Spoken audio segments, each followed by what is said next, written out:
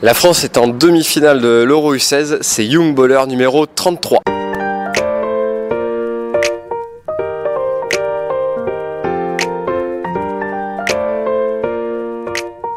On a assisté à une demi-finale d'un niveau relativement élevé entre la France et la Serbie.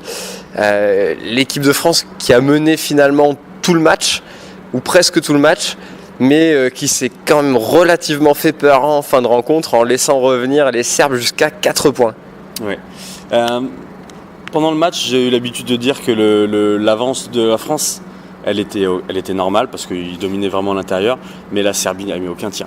Et à chaque fois, je me disais, quand la Serbie va commencer à mettre 1-2 tirs, ça va être un autre match. Alors ça l'a été juste pendant les 3 dernières minutes, peut-être 4, mais durant le reste de la rencontre, c'est vraiment une domination, on va pas dire intégrale, mais c'est une domination assez évidente des intérieurs français. Notre MVP aujourd'hui, c'est pour la 3e fois du tournoi, Ivan Ouedraogo, même si aujourd'hui, quand même, il y a un petit bémol sur son passing game.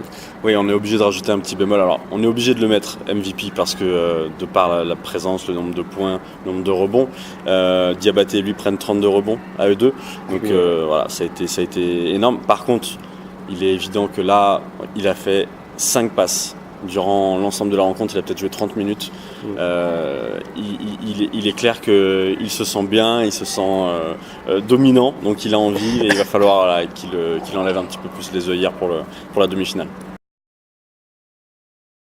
Une demi-finale que l'équipe de France jouera donc face à la Croatie. La Croatie qui a battu la Lituanie dans ce qui a certainement été le meilleur match du tournoi jusqu'ici.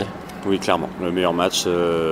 L'intensité, la qualité. À la mi-temps du match, les deux équipes étaient autour de 50, donc on peut se dire ça défend pas. C'est pas que ça défendait pas, c'est juste que c'était vraiment un déroulé d'actions offensives et de qualité technique sur chaque action. C'était vraiment, vraiment très appréciable.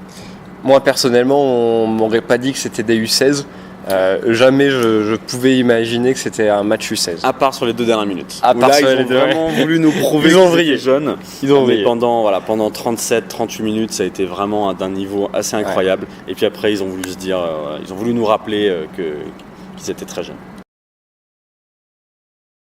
Donc pour ce match, on va retenir principalement 2 joueurs. Le premier, ce sera pour moi Tisma qui a vraiment montré une tonne de choses depuis le début du tournoi, capable de tirer, de driver, de finir au contact vers le cercle. Vraiment un joueur à surveiller. Et le duel avec Bégarin va être relativement intéressant. Et pour moi, ce sera Percassine, Rocco Percassine, qui, à cet âge-là, on peut difficilement le classer, puisqu'au final, il peut jouer 1, il peut jouer 2, il peut jouer 3. S'il est face à un petit, il va poster comme un 4 et il va prendre autant de rebonds qu'un 5. Donc c'est vrai que c'est vraiment un all-around player.